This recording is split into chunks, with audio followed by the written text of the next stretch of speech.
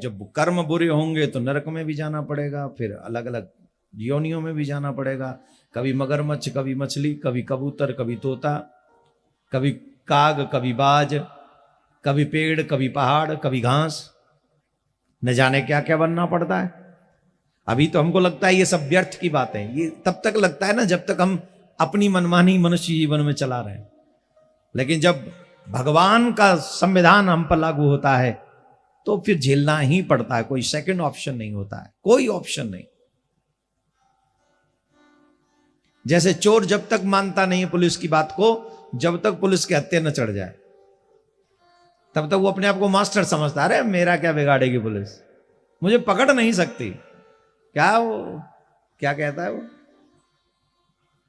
Don को पकड़ना मुश्किल ही नहीं नामुमकिन है। तेरे बाप का राज है। पकड़ा गया कि नहीं पकड़ा गया, मारा गया कि नहीं मारा गया? फिर अच्छा बताओ, मारा गया कि नहीं, पकड़ा गया कि नहीं? हर चोर यही समझता है कि मुझे कोई पकड़ नहीं सकता।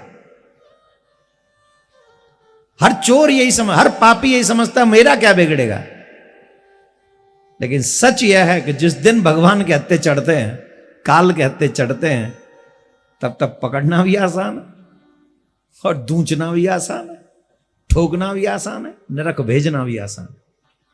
जब भगवान के दूत, यमराज के दूत जब नरक ले जाते, किसी के कोई बात नहीं बनती, फिर वहां चलो सीधे गोविंदाय नमो नमः, गेट लॉस्ट, गए काम से। अगर चाहते हो कि तुम्हारे बच्चों को नरक न जाना पड़े, अगर तुम चाहते हो तुम्हारे बच्चों को दुखी न होना पड़े, अगर तुम चाहते हो कि तुम्हारा बुढ़ापा खराब ना हो, अगर तुम चाहते हो तुम्हारे पितृ तुम पर क्रोध न करें, तो सबसे पहला काम अपने बच्चों को सनातनी बनाओ, धर्मात्मा बनाओ, धर्मपरायण बनाओ। जब धर्मपरायण बन जाएंगे तो बच जाओगे इन मुसीबतों से।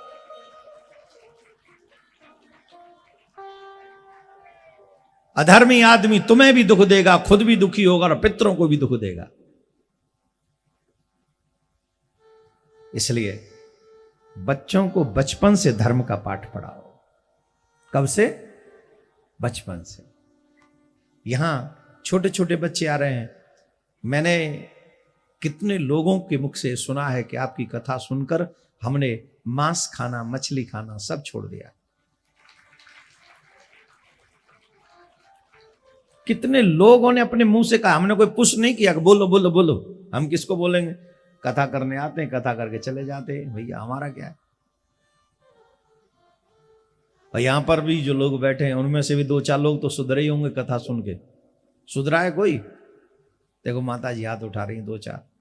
कौन कौन सुधरा है टीवी पे कथा सुन के और यहां वहां यूट्यूब पे सुन के? देखो अब ये इतने लोग, कौन कहता है कि कथा कुछ नहीं देती? देखो इनसे लर्न करो। अब जो कथा में आएंगे नहीं, कथा सुनेंगे नहीं, वो क्या जाने बेचारे की कथा का महत्व क्या है।